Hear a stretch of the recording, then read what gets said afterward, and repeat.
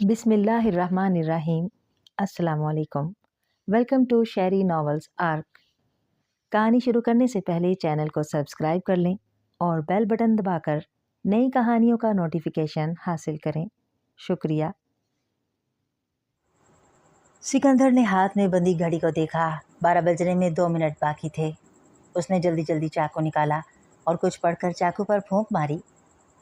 फिर जल्दी से साफ जगह पर खड़े होकर चाकू की मदद से दायरे की सूरत में लकीर मारी। बोरी को खोला और लाश को बाहर निकाल लिया। ये किसी मुसलमान बच्चे की लाश लग रही थी। पता नहीं किसका बच्चा होगा, लेकिन सिकंदर ने वक्त ज़ाया करना मुनासिब ना समझा। लाश को सामने लेटाकर उसने जल्दी जल्दी माचिस की डिबिया खोली और 4 तीलियां निकालकर उनका क्रॉस बनाया और फिर तीलियों को बच्चे के सीने पर रख दिया। लाल मिर्च निकालकर उसने बच्चे की लाश के गिर्द छोटा सा दायरा लगाया। अब तैयारी मुकम्मल थी। जैसे ही सिकंदर ने घड़ी पर नज़र डाली, घड़ी ने 12 बजने पर छोटी सी बीप की आवाज़ निकाली, जिसे सुनकर सिकंदर आलती पालती मारकर ज़मीन पर बैठ गया और अपनी आंखें बंद कर लीं। उसके लब हिलना शुरू हो गए थे। सफरीना की चोट की वजह से शातिर के ज़ख्म तो भर गए थे, मगर उसके उड़ने की रफ्तार बहुत कम थी। पहले उसने सोचा कि वज़ीर करकोस से मिलकर उसे सब कुछ बताए, लेकिन जिस तरह से उसकी हालत थी उससे उड़ा नहीं जा रहा था। एक सायादार जगह देखकर उसने रुकने का फ़ैसला किया और फिर आहिस्ता आहिस्ता ज़मीन पर आ गया। इर्द गिर्द नज़र दौड़ाई, मगर वहाँ खामोशी ही खामोशी थी। शातिर ने अपनी आंखें बंद कर लीं और दिमाग में वज़ीर करकोस का चेहरा तस्वुर किया। वज़ीर करकोस जाग गए थे, लेकिन इस वक्त महल से बाहर कहीं जा रहे थे। कहो शातिर, कैसे याद किया? वज़ीर करकोस ने शातिर की खुशबू सूंघ ली थी। वज़ीर करकोस, आपसे जाने के बाद मैंने उस बिजली का पीछा किया। वो इस वक्त अंधेरी ताकतों से मिलने गई हुई थी। जैसे ही वो वहाँ से निकली, मैंने उसका पीछा शुरू कर दिया, लेकिन उसे मेरी मौजूदगी का पता चल गया, जिस पर उसने मुझ पर हमला कर दिया और मैं ज़मीन पर गिर गया। वहाँ मैंने उसे देखा। वो एक लड़की है जो अपना नाम सफरीना बता रही थी। उसने मुझे पीछा करने से मना किया और जान से मारने की धमकी दी। सफरीना, पहले कभी सुना नहीं है इस लड़की के बारे में। और जब तुम उसका पीछा कर रहे थे तो ख़ुद को हिसार में बंद कर लेना था। तुमने ऐसा नहीं किया, इस वजह से उसने तुम्हारी खुशबू सूंघ ली। जी, यही गलती हो गई मुझसे, लेकिन इस वक्त मैं नहीं जानता था कि वो कौन है। अब पता चल गया है तो अब एहतियात करूँगा। यही करना होगा तुम्हें। और अब तुम्हारा क्या इरादा है शातिर? वज़ीर करकोस, मैंने उसकी खुशबू सूंघ ली है और उसका नाम भी पता चल गया है। अब आप ही मुझे बताएं मैं क्या करूं? अब उसका पीछा करने की ज़रूरत तो नहीं है, लेकिन कभी कभार उससे दूर दूर से देख लो। अगर तो वो इंसानियत और हमारे खिलाफ कोई काम करती है तो फिर मुझे बताओ, नहीं तो जो उससे टक्कर लेगा वही उसका ज़िम्मेदार होगा। जी ठीक है वज़ीर करकोस। ये कहकर शातिर ने आंखें खोल लीं। उसका राब्ता कट चुका था। अभी चिल्ला शुरू किए थोड़ी ही देर गुजरी थी कि आसमान पर बादल आ गए और फिर अचानक से ज़ोरदार बारिश शुरू हो गई थी। सिकंदर ने आंखें खोल लीं तो बारिश को बरसते देखा, लेकिन हैरत की बात थी कि बारिश का पानी दायरे में नहीं गिर रहा था। उसे पंडित की बात याद आ गई कि चिल्ले में तुम्हें नज़र का धोखा होगा, इसलिए किसी बात पर ध्यान न देना, बल्कि अपनी पढ़ाई करते रहना। ये सोचकर सिकंदर ने दोबारा अपनी आंखें बंद कर लीं। और मूर्ख, तुमने मेरी बकरी तो नहीं देखी? आवाज़ सुनकर सिकंदर ने दोबारा आंखें खोल लीं। बारिश रुक चुकी थी, मगर सामने एक धोती बांधे बूढ़ा सा आदमी खड़ा था, जिसके सर पर लंबी सी पगड़ी थी और हाथ में एक डंडा था जो मूजी जानवरों को भगाने के काम आता है। तुमने सुना नहीं मैं क्या कह रहा हूँ? मेरी एक बकरी गुम हो गई है, काले रंग की। कहीं तुमने तो नहीं छुपा ली? अगर ऐसा है तो मेरी बकरी मुझे वापस कर दो। सिकंदर को ये भी नज़र का धोखा लग रहा था, इसलिए उसने यहाँ भी चुप साध ली। तुम जवाब क्यों नहीं दे रहे? गूंगे हो क्या? देखो, तुम जो भी हो, मुझे इससे कोई मतलब नहीं है। मुझे बस मेरी बकरी दे दो। अगर तुमने नहीं उठाई तो मुझे सिर्फ इतना बता दो कि तुमने बकरी को देखा है या नहीं। ये एक चाल है, इस चाल में मत पड़ना। सिकंदर के दिल से आवाज़ आई।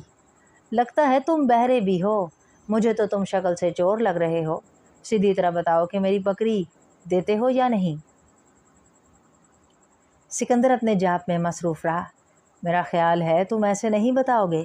رکو میں تمہارا بندوبست کرتا ہوں۔ یہ کہہ کر وہ بوڑھا آدمی سکندر کی جانب بڑھنے لگا۔ اب سکندر کے دل میں بھی ڈر بیٹھ گیا تھا۔ وہ سوچنے لگا کہ اگر یہ بوڑھا آدمی دائرے کے اندر آ گیا تو اس کا جاپ خراب ہو جائے گا اور پھر اس کا کوئی بھروسہ بھی نہیں ہے، کہیں یہ سچ میں ڈنڈا نہ مار دے۔ بوڑھا آدمی دائرے کے قریب پہنچ چکا تھا۔ نہیں بتاؤ گے نا تو پھر یہ لو۔ یہ کہہ کر بوڑھے آدمی نے ڈنڈا سیدھا کیا اور سکندر کی طرف پھینک دیا۔ ڈنڈے کو اپنی جانب آتے دیکھ کر سکندر نے آنکھیں بند کر لیں۔ کچھ دیر کے بعد جب کچھ بھی نہ ہوا تو سکندر نے آنکھیں دوبارہ کھول لیں، لیکن اب وہاں کچھ بھی نہیں تھا۔ لگتا ہے وہ بوڑھا بھی نظر کا دھوکہ تھا۔ پتہ نہیں اب اور کیا کیا ہونا ہے آج، یہ سوچ کر سکندر نے آنکھیں بند کر لیں۔ اب اس نے جلدی جلدی جاپ پورا کرنا تھا۔ شاطر کو چوٹ پہنچانے اور خبردار کرنے کے بعد سفرینہ نے اپنا سفر دوبارہ شروع کیا۔ اب اس کی منزل انسانی آبادیاں تھیں۔ اس کے پاس کوئی خاص مصروفیات نہیں تھی، تو اس نے سوچا کہ انسانی آبادیوں میں جا کر وقت گزاری کرے۔ چونکہ انسانی آبادی ابھی بہت دور تھی، اس لیے سفرینہ کو اپنے اڑنے کی رفتار بڑھانی پڑی۔ ایک طویل سفر کے بعد سفرینہ کو دور دور سے بڑی بڑی بلڈنگز نظر آنے لگیں، مگر شہر میں داخل ہونے سے پہلے سفرینہ کا انسانی جسم میں آنا ضروری تھا، جس کے لیے اس نے ایک ویران جگہ دیکھ کر اترنے کا سوچا۔ یہ کوئی پرانا گھر تھا جو اب کھنڈر کی شکل اختیار کر گیا تھا۔ یہ جگہ ٹھیک ہے، سفرینہ نے دل میں سوچا اور رفتار کم کر دی، اور پھر روشنی صحن کے فرش پر آ لگی۔ سفرینہ ایک خوبصورت سی لڑکی میں بدل چکی تھی، جس کے جسم پر ایک شہزادی کا سا لباس تھا۔ اس نے گھر کے گیٹ سے گزر کر قدم باہر گلی میں رکھا۔ یہ کوئی گلی نہیں تھی بلکہ سڑک تھی، جس کے آخری سرے پر یہ پرانا سا گھر تھا، اور دوسرا سرا شاید آبادی کو جا کر لگے گا۔ چند سو قدم کی دوری پر سفرینہ کو کچھ جھونپڑیاں لگی ہوئی نظر آئیں، جن کے سامنے چند بچے ننگی حالت میں کھیل رہے تھے۔ بچوں نے جب ایک خوبصورت لڑکی کو دیکھا تو وہ اپنا کھیل چھوڑ کر سفرینہ کو دیکھنے میں مگن ہو گئے۔ سفرینہ نے ایک نظر بچوں پر ڈالی اور پھر ناک کی سیدھ میں چلنے لگی۔ کچھ دیر میں گھر نظر آنا شروع ہو گئے اور سفرینہ سوچ رہی تھی کہ اب کیا کرے، کہاں جائے۔ وہ دیکھو دوستو لڑکی، سفرینہ کو آواز نے اپنی جانب کھینچ لیا۔ کچھ لڑکوں کا ایک گروپ تھا جو اس وقت ایک چھوٹے سے میدان کے کنارے پر کھڑے تھے۔ ان کے ہاتھ میں لکڑی کے ڈنڈے تھے اور کچھ سامان بھی انہوں نے اٹھا رکھا تھا۔ شاید وہ کوئی کھیل کھیلنے آئے تھے۔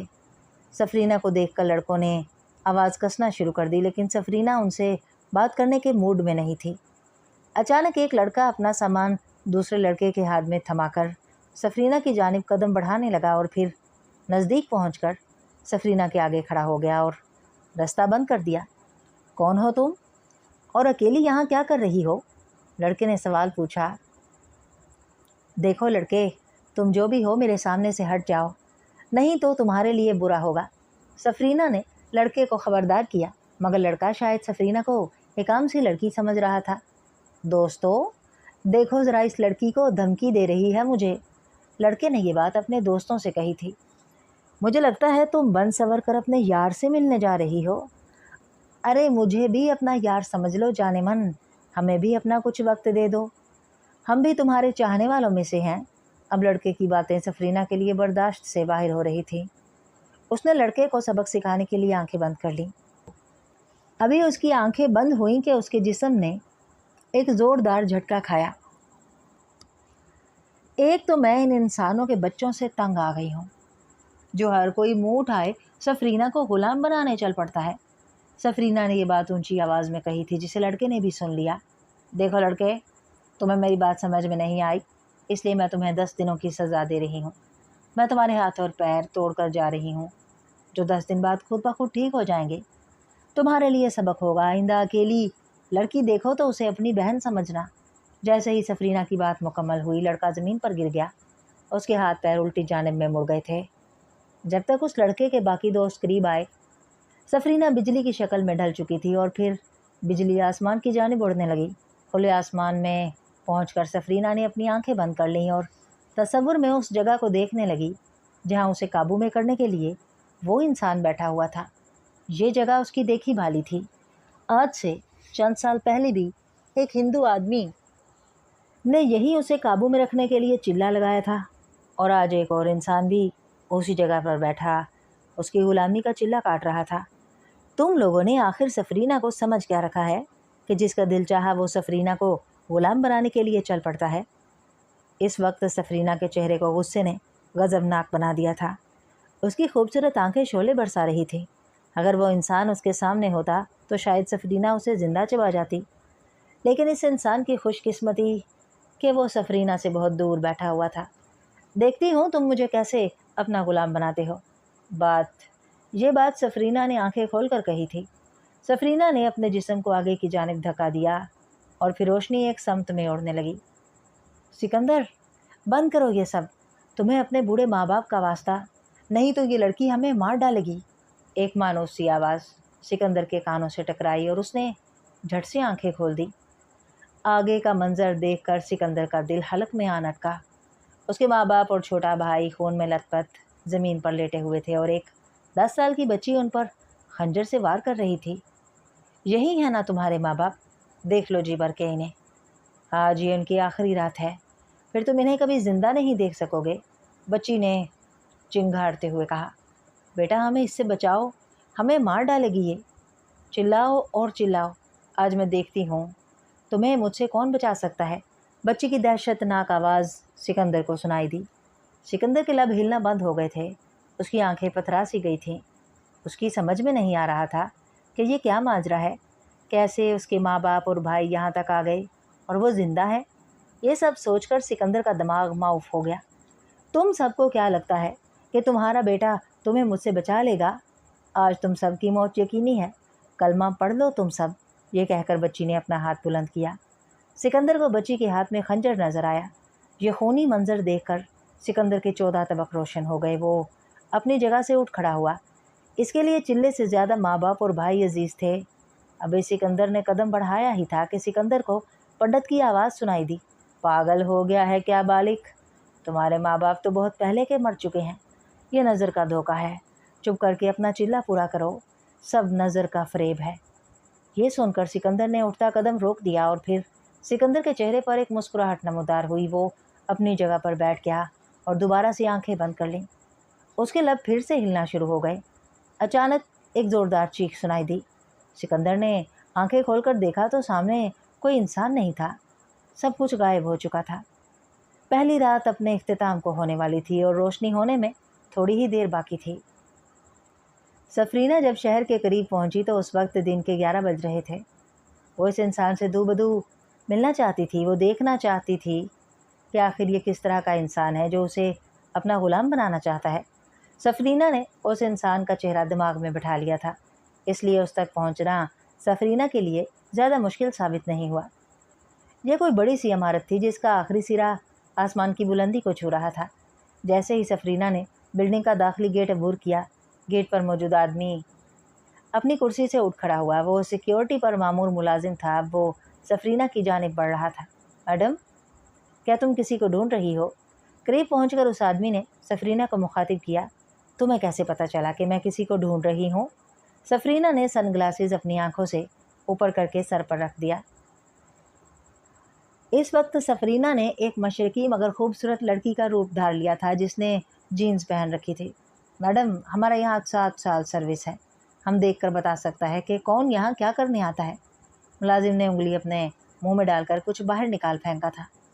मिस्टर, मैं जिसे मिलने आई हूँ उसका नाम मुझे भूल गया है, बस शक्ल याद है। सफरीना कहीं फंस ना जाए इसलिए उसने बात को तब्दील कर दिया। अरे ये क्या होता है, तुम जिससे मिलना है उसका नाम ही भूल गया है। मुलाजिम ने अपना दाएं हाथ सर पर रखकर सर को खुजाना शुरू किया। तुम परेशान नहीं हो, ये तुम्हारा मसला नहीं है। मैंने कहा ना कि मुझे उसकी शक्ल याद है, मैं खुद उसे ढूंढ लूँगी। सफरीना को यहाँ खड़े खड़े गर्मी लग रही थी और ये आदमी उसकी जान ही नहीं छोड़ रहा था। उसका दिल चाहा कि अपनी शक्ति से मुलाजिम को सुला दे, लेकिन वो कोई परेशानी नहीं चाहती थी, इसलिए उसने जब्त कर रखा था। ऐसे कैसे ढूंढ लेगा तुम? यहाँ 1800 लोग काम करता है, तुम कैसे हर एक का शक्ल देखता फिरेगा?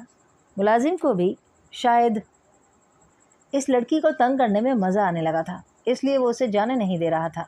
देखो मिस्टर, तुम मुझे तंग कर रहे हो। अब अगर तुमने और कोई सवाल किया तो मैं तुम्हारी शिकायत तुम्हारे अफसर से कर दूंगी। सफरीना ने मुहाफिज को डराने की कोशिश की और वो इसमें कामयाब भी हो गई। मैडम, ऐसा मत करो, वैसे भी बॉस आज बहुत तपा हुआ है। अगर बॉस को पता चल गया कि हमने तुमको तंग किया है तो हमारा खैर नहीं। चलो तुम जाओ, लेकिन हमको अपना नाम बताओ, हम रजिस्टर में लिखेगा। ये बात सुनकर परेशान हो गई कि अब उसे अपना असल नाम बताए या नहीं। अब क्या तुमको अपना नाम भी भूल गया है मैडम? सफरीना को खामोश देकर मुहाफिज बोला। नहीं, मुझे पता नहीं क्यों ऐसा लग रहा है कि मैंने तुम्हें कहीं देखा है। सफरीना ने बात को गोल करना चाहा। ज़रूर देखा होगा मैडम, हमारे भाई का शहर में नस्वार का बहुत बड़ा दुकान है, हम भी वहाँ आता जाता है। शायद तुमने हमको उधर देखा होगा। हाँ, शायद वहीं देखा होगा। सफरीना को कोई और जवाब नहीं सूझा। मैडम, तुम भी नस्वार करता है क्या? मुलाजिम ने नज़दीक होकर सरगोशी में पूछा। नहीं, मैं नहीं करती हूँ। एक दिन मैं वहाँ से गुज़र रही थी तो तुमको वहीं बैठे देखा था। सफरीना बुरी तरह फंस चुकी थी और अब उसे समझ नहीं आ रही थी कि इस इंसान से जान कैसे छुड़ाए। सफरीना ने तो ये बात कर दी थी, लेकिन उसे पता नहीं था कि इस बात का मुलाजिम ने कुछ और मतलब ले लिया था और अब वो उसे दूसरी नज़रों से देख रहा था। हमारा अम्मा भी बोलता है कि शरबत खान तुम बहुत खूबसूरत है। मुलाजिम, जिसका नाम शरबत खान था, ने भी ठान रखी थी कि आज उसने जी भर के दिल लगी करनी है। जो भी है, तुमने मेरा बहुत टाइम ज़ाया कर दिया है, अब मैं चलती हूँ। उसने शरबत खान की बात भी नहीं सुनी और आगे बढ़ गई। अरे मैडम, इधर सुनो, हमको अपना नाम तो बताओ। लेकिन सफरीना ने उसे मुड़कर भी नहीं देखा। चलो मत बताओ, तुम कौन सा भूलने का चीज़ है? ये कहकर शरबत खान अपने छोटे से कमरे की जानिब चल पड़ा जो गेट के करीब बनाया गया था। उसके लबों पर किसी पश्तो गाने की धुन थी। शाइस्ता, तुम्हें मैंने फ़र्म के तमाम स्टाफ का डाटा इकट्ठे करने का कहा था, तुम्हारा काम कहाँ तक पहुँचा है? सिकंदर इस वक्त अपने कमरे के बाहर खड़ा हुआ था। सिकंदर साहब, आपने कहा था, मैंने तमाम रिकॉर्ड इकट्ठा कर लिया है, अभी मैं फ़ाइल आपके ऑफिस में लाती हूँ। गुड। ये कहकर सिकंदर ने अपने ऑफिस की जानिब कदम बढ़ाए। सुनिए, एक निस्वानी आवाज़ सिकंदर के कानों में टकराई और उसने बढ़ते कदम रोक लिए। पीछे मुड़कर देखा तो एक खूबसूरत सी लड़की उससे मुखातिब थी। जी, आपने मुझसे कहा? सिकंदर ने उस लड़की से कहा। जी बिल्कुल, क्या आप मुझे कुछ मिनट देना पसंद करेंगे? लड़की, जो सफरीना थी, बिल्कुल, आए मेरे ऑफिस में, वहीं बैठकर बात करते हैं। सिकंदर ने सफरीना को रास्ता देखते हुए कहा। ऑफिस में पहुंचकर सिकंदर अपनी कुर्सी पर बैठ गया और सफरीना टेबल के साथ लगे सोफे पर बैठ गई। जी तो मिस? सिकंदर यहाँ पहुंचकर रुक गया। मेरा नाम उल्फत है। सफरीना ने अपना फर्जी नाम बताया। अच्छा, तो मिस उल्फत, क्या बात करनी थी आपने? वैसे हमारे स्टाफ में एक लड़की है, उसका नाम भी उल्फत है। सिकंदर ने उल्फत, जो कि सफरीना थी, की मालूमात में इजाफा करते हुए कहा। ओह अच्छा, वैसे इसे हसीन इत्तेफाक कहा जा सकता है। अब वो कैसे सिकंदर को बताती कि ये नाम उसने ऑफिस में ही सुनकर रख लिया था? सफरीना ने एक्टिंग करते हुए कहा। वो बात कुछ यूँ है कि मेरे चचा कुछ दिन से लापता हैं और मुझे पता चला है कि वो आपके साथ देखे गए हैं। सफरीना ने बात को बढ़ाते हुए कहा। क्या नाम है आपके चचा का? शहबाज खान नाम है उनका। ये नाम भी सफरीना ने ऑफिस में सुना था। मैं इस नाम के किसी इंसान को नहीं जानता हूँ। आपके चचा मेरे साथ कब और कहाँ देखे गए हैं ये तो मैं नहीं जानती, लेकिन मुझे मोहल्ले वालों से पता चला कि चचा आपके साथ देखे गए थे, इसीलिए आपसे पूछने आ गई। अच्छा, आपको मेरे बारे में कहाँ से पता चला? सिकंदर ने आखिर वो सवाल पूछ लिया जिसका सफरीना को डर था। सफरीना सोच रही थी कि सिकंदर को क्या बताए कि जिससे वो मुतमईन भी हो जाए और उसे शक भी ना हो। मुझे मोहल्ले का बच्चा यहाँ छोड़ गया था, शायद वो आपको जानता है। आखिर सफरीना को जवाब मिल गया। और ऑफिस में आपने मुझे कैसे ढूंढा यहाँ? सिकंदर ने दूसरा सवाल दाग दिया। मिस्टर, ये क्या बात हुई? मैं यहाँ अपने चचा का पता करने आई हूँ और आप मुझसे ही सवाल जवाब कर रहे हैं। लगता है मेरा यहाँ मज़ीद बैठना फजूल है। ये कहकर सफरीना ने अपनी जगह छोड़ दी। उसे लगा कि मज़ीद बैठना उसे फंसा देगा, इसलिए जाने में ही बेहतरी है। सॉरी मिस, सच में मैंने फ़जूल सवाल करना शुरू कर दिए आपसे। आप बैठे, मैं आपके लिए एक कोल्ड ड्रिंक मंगवाता हूँ। सिकंदर ने सफरीना को ठंडा करने की कोशिश की। जी नहीं, मैं अब और यहाँ नहीं बैठ सकती, आपकी मदद का शुक्रिया। ये कहकर सफरीना ऑफिस के दरवाजे की जानिब चल पड़ी और बाहर निकल गई। सिकंदर, अगर ऐसा ही चलता रहा तो तुम अपनी इज्जत और साख खराब कर दोगे, सिकंदर ने दबे अल्फाज में कहा। सिकंदर सोच रहा था कि उल्फत नामी लड़की उसे मिस्टर कहकर बुला रही थी। اس کا مطلب کہ وہ سکندر کا نام نہیں جانتی تھی، اور اگر نام نہیں جانتی تھی تو وہ یہاں تک کیسے آن پہنچی؟ شاید اس محلے کے بچے نے یہاں بھی الفت کی مدد کی ہو، لیکن اس بچے کو میرا پتہ کہاں سے چلا؟ بہت سے سوال تھے جن کے جواب سکندر کے دماغ میں نہیں بن رہے تھے، اور اب مزید سوچنے پر اس کے دماغ میں کالا اندھیرا چھا رہا تھا، جس کا مطلب تھا کہ اس کا دماغ اب کوڑا کاغذ بن گیا ہے، اور مزید سوچنے کا مطلب خود کو اذیت دینا ہے۔ سکندر نے اپنا سر جھٹک کر اس سوچ کو باہر نکالنے کی کوشش کی۔ اس آدمی کو تھکا تھکا کر مارنے میں بہت مزہ آنے والا ہے سفرینہ۔ سفرینہ نے یہ بات خود سے کہی تھی۔ اس وقت وہ آفس سے باہر نکل رہی تھی اور اب مین گیٹ کی جانب بڑھ رہی تھی۔ او میڈم رکو، ہم کو تمہارا نام لکھنا ہے۔ شربت خان نے جیسے ہی سفرینہ کو دیکھا تو اس نے اپنا کیبن چھوڑ دیا اور اب سفرینہ کی جانب بڑھ رہا تھا، لیکن سفرینہ اب اسے لفٹ دینے کی موڈ میں نہیں تھی، اس لیے اس کے قدم نہیں رکے اور وہ شربت خان کو انسنا کرتی ہوئی مین گیٹ سے باہر نکل گئی۔ یہ تو چلا گیا، اب ہم رجسٹر میں کیا لکھے گا؟ چلو لکھتا ہے خوبصورت چہرے والی لڑکی، مڑ کر میرا دیوانہ آئے گا میرا جانا، بغیر آگلے، یا قربانہ یا قربان۔ شربت خان پشتو گانا گنگناتے ہوئے واپس اپنے کیبن کی طرف چل پڑا۔ سفرینہ ایک سنسان گلی میں داخل ہو گئی اور اس نے اپنا جسم چھوڑ دیا۔ اب وہ روشنی کی شکل اختیار کر چکی تھی جس کی منزل شیطان اعظم تھی۔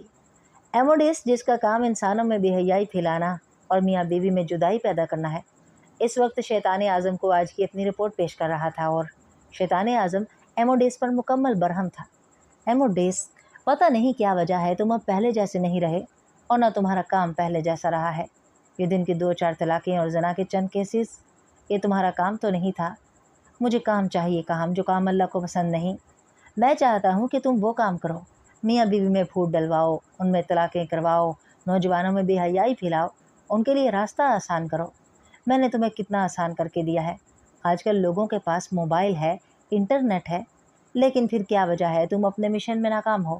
شیطان اعظم، میں اپنی پوری کوشش کر رہا ہوں کہ لوگوں کو گمراہ کروں، ان سے وہ سب کراؤں جن کی وجہ سے اللہ ان سے نفرت کرے، لیکن افسوس کے ساتھ شیطان اعظم، آج کا مسلمان ہمارے آڑے آ رہا ہے۔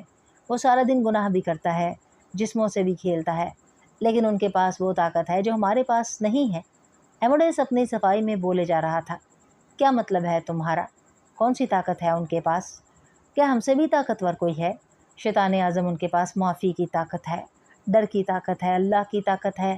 میں نے انسانوں میں بھی اپنے چیلے بنا لیے ہیں، لیکن ابھی بھی ایسے کچھ لوگ ہیں جن کے دل میں اللہ کا ڈر رہتا ہے اور وہ گناہ کرنے سے باز آ جاتے ہیں، اور اگر میں ان سے زنا کروا بھی لوں تو وہ توبہ کر لیتے ہیں۔ تمہارا کام یہ نہیں کہ تم لوگوں کی معافیاں دیکھتے پھرو۔ ایموڈیس، تم ان میں زنا عام کرواؤ، شوہر اور بیوی کے دل میں شک ڈلواؤ، طلاقیں کرواؤ۔ میں نے ایگزر کو اسی کام پر لگایا ہوا کہ وہ مسلمانوں کو خوش فہمی میں مبتلا رکھے اور وہ آخری سانس تک توبہ کرنے سے باز رہیں۔ تمہیں جو کام میں نے دیا ہے بس اس پر دھیان دو۔ جی ٹھیک ہے شیطان اعظم، اب میں زیادہ توجہ سے کام کرتا رہوں گا۔ ایموڈیس نے کہا، ٹھیک ہے اب تم جا سکتے ہو اور میری باتوں کو یاد رکھنا۔ یہ کہہ کر شیطان اعظم نے ایموڈیس کو جانے کا اشارہ کر دیا۔ جیسے ہی ایموڈیس نظروں سے اوجھل ہوا، سمندر کی محافظ چیلا سامنے آ کر جھک گیا، جس کے پیچھے سفرینہ اپنے لمبے بالوں کی گدھ ہوا میں لہراتے ہوئے آ رہی تھی۔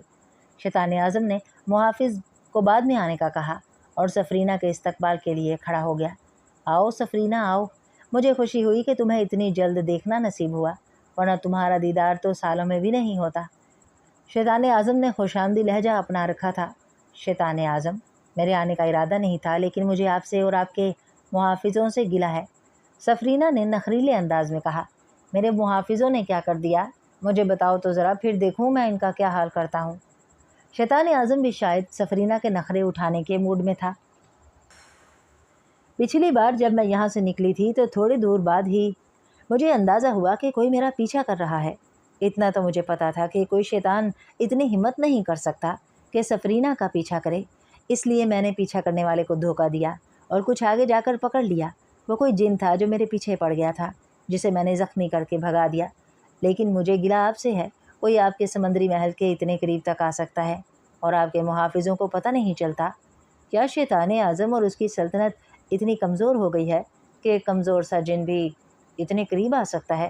سفرینہ شیطان اعظم کو شاطر جن کے بارے میں بتا رہی ہے۔ جسے اس نے زخمی اور آخری بار خبردار کر کے چھوڑ دیا تھا۔ ایسی بات نہیں ہے سفرینہ، میری سلطنت میں یہ نہیں ہو سکتا کہ کوئی جن بھی داخل ہو سکے، تو پھر کیا میں جھوٹ بول رہی ہوں؟ سفرینہ کو شیطان اعظم پر غصہ آ گیا تھا، اسے اپنی توہین محسوس ہو رہی تھی۔ میرا یہ مطلب نہیں تھا سفرینہ۔ شیطان اعظم نے سفرینہ کو ٹھنڈا کرنے کے لیے نچلی سائڈ پکڑ لی، کیونکہ وہ جانتا تھا اگر سفرینہ ٹھنڈیانی نہ ہوئی تو اسے سارے محافظوں کو مار کر سفرینہ کے غصے کو ٹھنڈا کرنا پڑے گا۔ میں یہ کہہ رہا تھا کہ شاید محافظوں کی نظر نہیں پڑی ہوگی، اس لیے وہ جن کامیاب ہو گیا، لیکن اب میرا وعدہ ہے آئندہ سے ایسا نہیں ہوگا۔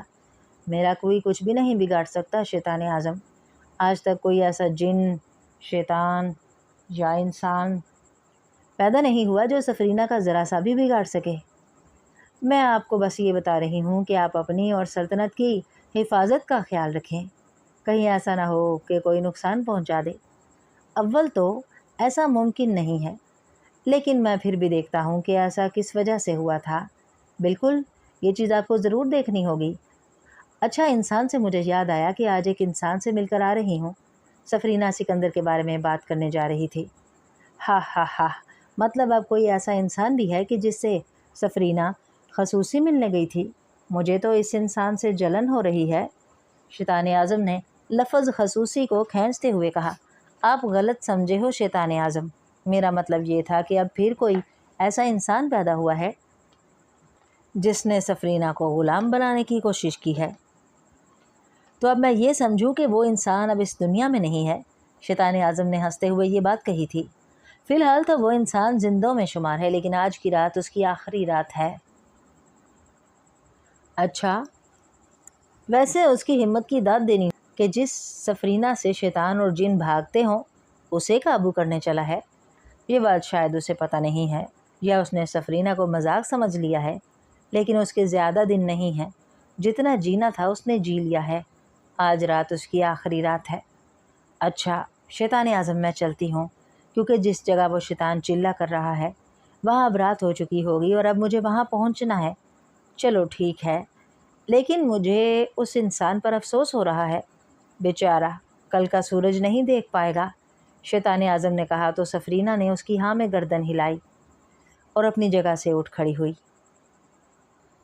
سکندر نے بوری اپنے کندھے سے اتار کر زمین پر رکھ دی۔ اس وقت وہ چلے کی جگہ پہنچ چکا تھا۔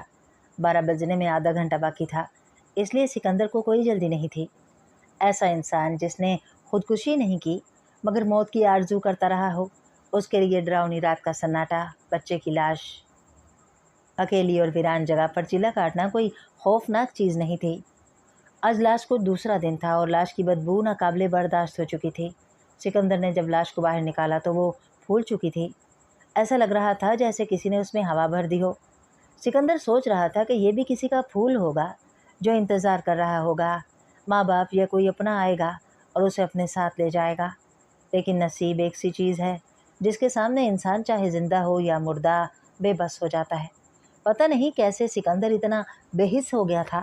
اسے نہ تو معصوم بچے کی لاش کا خیال آیا، نہ ہی اس نے سوچا کہ سفرینہ کو پا لینے کے بعد کیا کرے گا، اور اگر سفرینہ اسے نہ ملی اور وہ چلے کے دوران ہی مر گیا تو یہ موت کیسی ہوگی؟ کیا وہ اللہ کو جواب دے پائے گا کہ وہ کیوں کر ایک شیطانی چکر میں پڑ گیا تھا؟ اس وقت تو اس نے بس یہی سوچا کہ خود کو بچانا ہے، لیکن اب وہ بری طرح سے پھنس گیا ہے۔ اب وہ چلے کو چھوڑ بھی نہیں سکتا ہے۔ اگر ایسا کرتا ہے تو اس کی موت یقینی ہے، اور سکندر حرام موت نہیں مرنا چاہتا ہے۔ اتنی ہی کئی سوچیں اس کے دماغ میں آ رہی تھیں، اور پھر وہی ہوا، اس کے دماغ پر کالی چادر چھا گئی۔ اس نے صحیح اور غلط کا فیصلہ کرنا چھوڑ دیا۔ بس جو بھی ہوگا دیکھا جائے گا، فی الحال اسے چلہ مکمل کرنا چاہیے۔ سکندر نے گھڑی پر نظر ڈالی تو 12 ہونے میں چند منٹ باقی تھے۔ اس نے جلدی جلدی جیب سے چاقو نکالا اور اس پر کچھ پڑھ کر پھونک ماری اور اپنے گرد ایک بڑا سا دائرہ کھینچ لیا۔ دائرے میں بیٹھ کر اس نے جیب سے ماچس نکالی اور 4 تیلیوں کا کراس بنایا۔ لاش کو وہ پہلے ہی بوری سے نکال چکا تھا۔ اس نے جلدی جلدی تیلیاں لاش کے سینے پر رکھ دیں اور پھر لال مرچ سے لاش کے گرد چھوٹا سا دائرہ بنا لیا۔ اب وہ تیار تھا اور اسی وقت گھڑی نے بیپ کی آواز نکالی، جسے سنتے ہی سکندر کے لب ہلنے لگے۔ ابھی سکندر کو پڑھتے ہوئے 2 منٹ ہی نہیں ہوئے تھے کہ ایک زوردار کڑاکا ہوا اور کوئی چیز سکندر کے سامنے آ کر گر گئی۔ سکندر نے آنکھ کھول کر دیکھا تو سامنے ایک جسم تھا جس کا چہرہ دوسری طرف تھا۔ अंधेरा होने के सबब सिकंदर चेहरा देखने से कासिर था, लेकिन जसामत और हुलिये से ये किसी मर्द का जिस्म लग रहा था। मुझे रोकने वाले आ गए हैं, सिकंदर दिल में ये सोच रहा था कि दूसरा धमाका हुआ और बिजली चमक उठी। लेकिन ये आसमानी बिजली नहीं थी, क्योंकि ये बिजली बुझ नहीं रही थी, बल्कि ये ऐसी सफ़ेद रोशनी थी जैसे किसी ने सिकंदर के सामने हज़ारों बल्ब रोशन कर दिए हों। इस बिजली ने सिकंदर के सामने हर चीज़ ज़ाहिर कर दी थी, और जिस चीज़ पर सिकंदर की निगाह पहले पड़ी वह खून में लथपथ पड़ी लाश थी, और वो लाश किसी और की नहीं बल्कि उस पंडित की थी, जिसकी वजह से सिकंदर आज चिल्ला कर रहा था। सिकंदर के जिस्म पर पसीने फूटने लगे। क्या पंडित मर गया? पंडित को किसने मारा? क्या सफरीना ने मारा? पंडित को इसका इल्म क्यों नहीं बचा सका? सिकंदर ये सब सोच रहा था कि अचानक घूप अंधेरा हो गया, मगर ये अंधेरा 2 सेकंड का था। जैसे ही दोबारा रोशनी हुई, मंजर पहले से बढ़कर खौफनाक हो गया। सामने एक बूढ़ी सी चुड़ैल हाथ में पंडित का कटा सर लिए झुकी खड़ी थी और बार बार अपनी ज़ुबान पंडित की गर्दन के बहते खून पर मार रही थी। अचानक उस बूढ़ी चुड़ैल ने अपने बाएं हाथ की उंगली पंडित की आंख में घुसा दी और आंख का डेला बाहर निकालकर मुंह में डालकर चुबाने लग गई। चुड़ैल के मुंह से पिचक पिचक की आवाज़ें आने लगी, जिसे सुनकर सिकंदर को अबकाई आ रही थी, लेकिन सिकंदर की तबीयत खौफ के सामने हार गई। चुड़ैल की निगाह भी सिकंदर पर पड़ चुकी थी, इसलिए उसने पंडित का सर ज़मीन पर फेंक दिया था और लाल जुबान से अपने होंठों पर फेर रही थी। मरे हुए पंडित के सामने सिकंदर का खून काफ़ी गर्म था, जिस तरह से सिकंदर की रंगत सुर्ख और सफ़ेद थी। चुड़ैल को सिकंदर का खून काफ़ी मज़ेदार लग रहा था, और अब वो प्यासी निगाहों से सिकंदर को देख रही थी।